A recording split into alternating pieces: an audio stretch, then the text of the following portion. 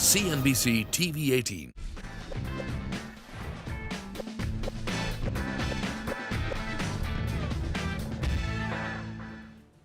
Hello and welcome to Big Deal. I'm Nisha Poddar. Now, since the inception of International Financial Services Centre or IFSC, well, the government has taken many steps to really make it an attractive proposition for the funds to set up shop at Gift City.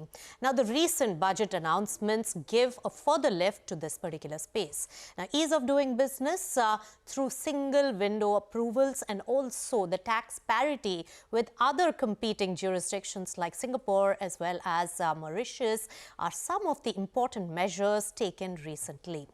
So far, Gift City has given license to over 50 fund management entities with about $11 billion that have been committed here.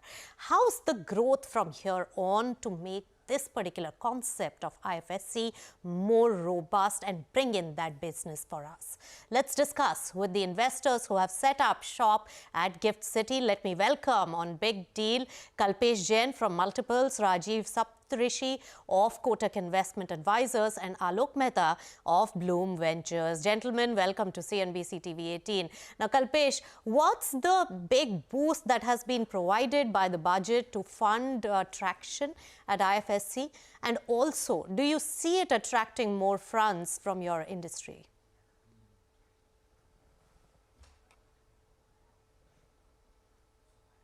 You're on mute, I think, Kalpesh. Sorry. Last 5 budgets, IFSC has been getting a good space on the budget speech, and a few years have been on tax exemptions. Now, last 2 years, it's been about, the theme has been ease of doing business in Gift City. And a lot of changes have been made to really make the fund setup more convenient and make it operationally easier. Just to one example, that now there's a single window clearance for getting approvals from all the regulators, be it SEBI, IRDA, IFSC, GST, and others. So it is a quick process to get an approval. Second aspect is in the budget now they have combined the SEZ approvals as part of IFSC process. That makes it much easier as against dealing with one more regulator there. And I would say the third, more important, I think it's still to be explored, is the sunset clause of 2023, which was to offshore, get the offshore funds to move to IFSC, has been extended to 25. So that's I think 3 big things in the budget which has happened this year. Right. Kalpesh, you enumerated what all has been really done by the government, and IFSCA as the regulator has really taken the lead in easing a lot of issues that the investors had really brought to their notice and then make it very attractive. But Rajeev, help us understand this sunset clause which has been extended. Do you think that there'll be traction? What is holding back some of these offshore funds from relocating to India, and will this extension really help in your view? Definitely. To the best of my knowledge, there has been a lot of funds who have been exploring shifting out of Singapore, Mauritius, and other jurisdictions into GIFT. Obviously, it's not an easy task. It's effectively unsettling whatever you've been doing for the last number of years and trying to relocate. So it's obviously not an easy decision. Investors have been asking what is in it for them. So what I am aware of, there are quite a few number of funds whose redomiciliation is in pipeline, but not yet completely through. And hence this extension of deadline obviously is going to help a lot. All right, so that's the positive commentary. It is going to help a lot, and a lot of it needs to be seen over the next 2 years or so. But Alok, from Blume Ventures, you earlier used Mauritius as the feeder destination, but you have taken that leap of faith and have set up shop at the Gift City. Can you enumerate what are the benefits because of which you got attracted to this? So for us, the decision was largely driven by the fact that at the point, I mean, this is a jurisdiction which is near shore. It is offshore, onshore, so that was a big motivator for us. The LPs were very comfortable when we presented this concept to them. Also, Nisha, what also happens is at the time when we were exploring, or rather we were setting up our fund, Mauritius was going through FATF issues, right? So that, and those issues, we did not want to come in way of our fundraise, because these are global issues, have an impact on the investors, which is where it made a lot of sense to actively evaluate and set up in GIF. At the same time, government has also created a very enabling infrastructure and a regulatory framework. There are tax exemptions available. The LPs are not disadvantaged as compared to a Mauritius or a Singapore. They enjoy the same advantages or disadvantages that they had, especially from the point of view of a fund like ours, which is an India-owned Indian fund, India-based fund. Right. That is how we thought about it when we started out. Right. And taking this particular matter forward, now, Rajeev, you have committed a huge amount of money in terms of your fund activity at City, 1.5 billion already there and over $1 billion already in the pipeline. What is the scope of opportunity that you're seeing here because of this kind of commitment, which are really helping you in the future prospects of IFSC as a destination of choice? Okay, so let's look at the positives, and that will give you the answer as to what lies in the future. Yeah. A lot of tax benefits. If you look at, let's say, split that into benefits for investors and benefits for the manager. For the investor, definitely no PAN required. That was a big point for most investors. No filing of returns in India. You effectively get the same pass-through benefits that you would have got if you had invested in a domestic fund. Technically, at the fund level, at least there is enough hope and this thing that there is no GAR applicable at a fund level. That is broadly what the industry believes. Lastly, you can also end up doing co-investment structures through the same fund, which is technically not possible in India today. Now, what is in it for the manager? Obviously, with this budget change that is coming up, single window, so obviously time to market is much faster. From the time you think of a fund and the time you actually go and set up a fund and start investing is going to be much, much faster than before. As far as the manager is concerned, he gets a 10 out of 15-year tax holiday, which is excellent. There is no GST on management fee. There is no MAT if you go with the new regime. One big pain point also technically is the diversification limit which applies to domestic funds. There is no such diversification limit that applies to a GIFT fund. And lastly, I think the biggest point as far as we are concerned is the ability to take leverage, Yes. which currently under the domestic regulations is not permitted. Yes. And now with the SPV structures being permitted or enabled in the IFSC regulations. Of course, the operation guidelines have not yet come out. But if that comes in, then enough and more scope for us to structure a lot of funds in GIFT, which may or may not be possible in the domestic area. All right. So it is giving stiff competition to the domestic funds. Kalpesh, throw more light on especially the leverage fund that Rajeev spoke about of raising debt and using it for investments. How does that really make sense for a fund manager like yourself? Yeah, so overall, a fund manager would like to increase the returns, and debt as a component as part of investing always makes a lot of difference. In India, the regulations are such that you're not allowed to take a leverage at the fund level or even at a SPV level, which now at an IFSC level, considering that the investor coming in at IFSC would be more sophisticated and largely institutional investors. So this has been allowed at a fund level or to an SPV level. This would make at least the returns, I would say, almost about higher by about 200 to 300 bips higher for the investor. Right. And for you, Alok, what is it that is the most beneficial bit?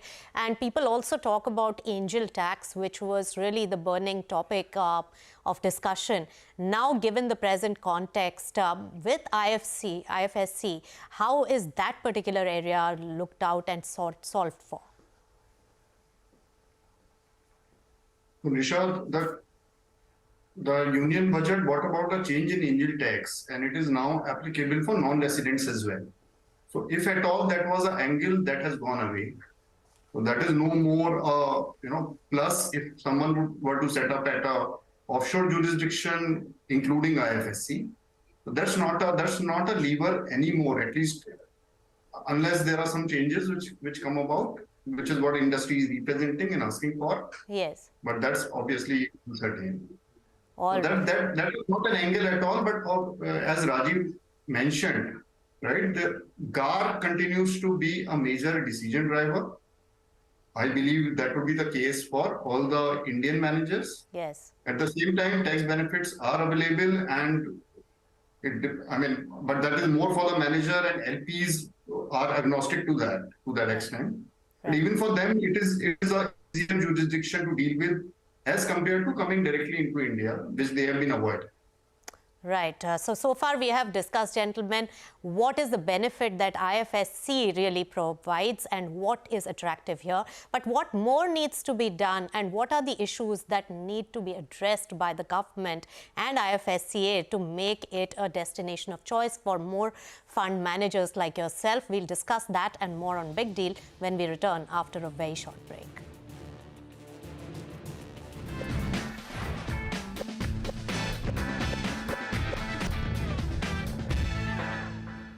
Welcome back. You're watching Big Deal, and we are discussing the scope of robustness of GIFT City, and especially after the momentum that has been provided by the government measures, especially during the union budget. Now, we were discussing what are the benefits of IFSC and how it has been made attractive by the authority as well as the government. Rajeev, help us understand, are you as one of the fund management entities able to benefit from all the tax benefits that have been provided under IFSCA, or are there some structuring as well as layering aspects that still need to be sorted for? No, I think most of the tax benefits that have already come in, yes, most of them will be of benefit to us and to investors as well. Layering, as I said earlier, if the SPV structure really comes in, that will help us a lot in terms of structuring, leveraging, co-investment structures. Instead of putting it in the same fund, we can actually create a vehicle where we can do co-investment structures. So a lot of things that are in the pipeline at the GIFT end will definitely end up helping us in the future. One of the things that, we missed out in this budget, and since you're talking about a lot of things that came in the budget, one expectation that we had as an industry, and one of the asks that was there from the industry, was unified taxation for all categories, which hasn't really come in. So if that comes in, then life is going to be much, much smoother going forward.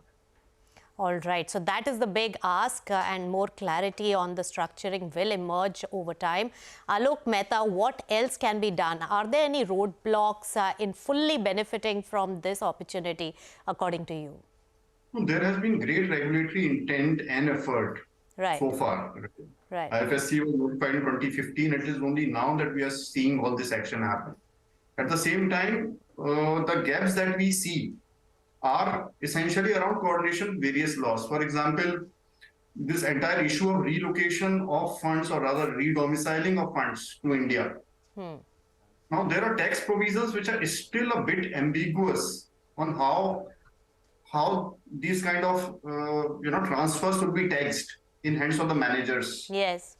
For that matter, in case of non-residents. Yes. Right. So there is a lot of on-ground coordination between various regulators, various ministries, which would definitely help in making the regulation more effective. Yes. So that's exactly what union budget seemed to provide for also, Alok. So Kalpesh, jump in on this one. The single window clearance, and right after the budget, I had interviewed Injeti Srinivas of IFSCA, and he stated that in less than 6 months, a single window clearance will be done, where all the regulators, approvals will be sought through one window. How will it really work out, and how optimistic are you of this really bringing in ease of that transfer of assets from offshore accounts? I think yes, it needs to be tested, frankly. But knowing at the speed what IFSC has worked on various regulations and set up related issues, I'm very optimistic that this would be a success. In fact, they've been discussing this with various associations and on how to integrate all this, including various issues at each regulator level, how needs to be taken care. So, they've been integrating they will be integrating this with some robust IT systems as well with various regulators. So it still could be about 6 months away to have this final single window clearance in place. My sense is that, but I'm very optimistic that this will work out well.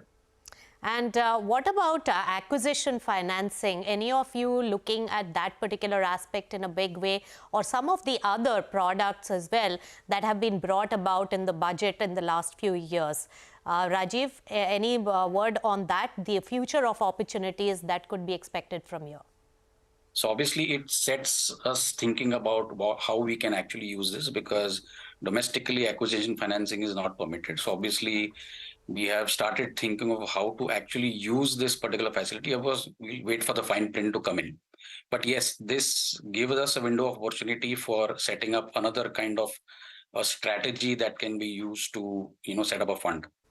Right. And what are you hearing, Alok, from the other industry members? Are they looking at setting up shop over here at IFSC, and what's holding them back? What's the consensus that is building up? And after this union budget, do you think anything has changed? Interestingly, we have had like two of our large institutional investors have conversations understanding more about setting up in IFSCA, the pros and cons around various other jurisdictions. I would say they are in a stage between, they've crossed the stage of curiosity. They are yet to reach the stage of serious interest. They're somewhere in between. But there is a lot of interest which is there. People are actually evaluating these options.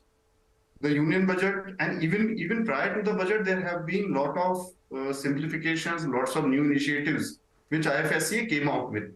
For example, setting up a separate, regulation for family offices to set up structures in GIFT.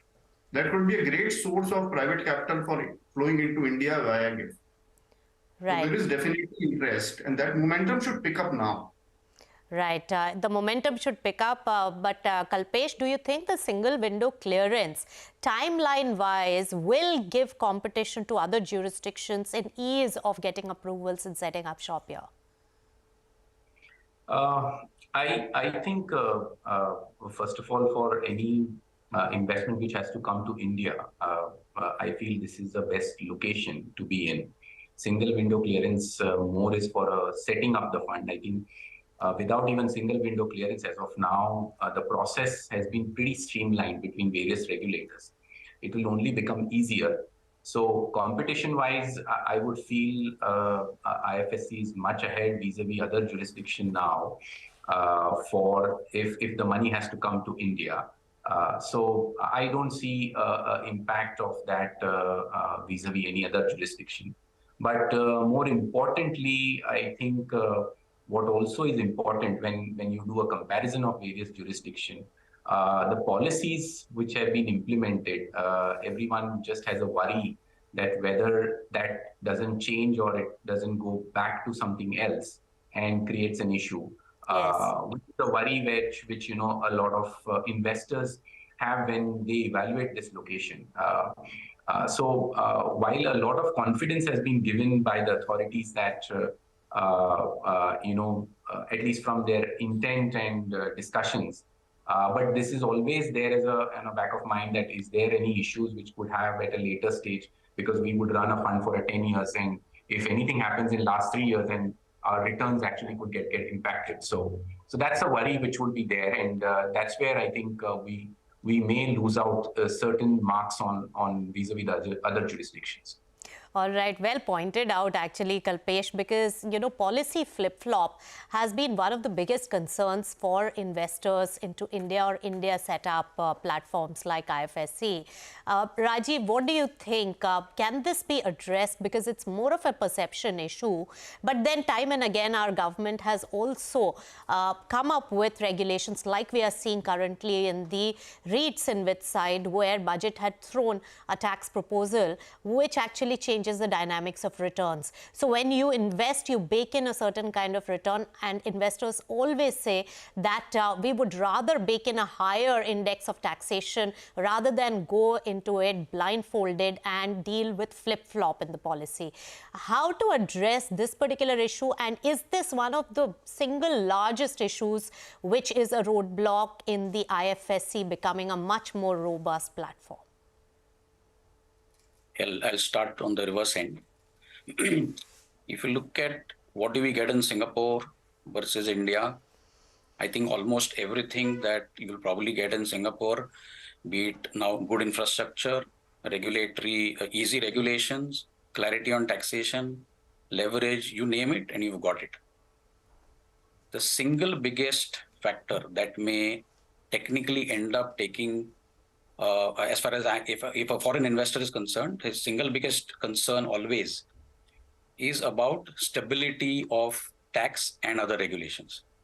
Now, if you ask me what can be done, I don't have an answer, to be honest, but the issue is that we've created history in various in the past about making changes retrospectively.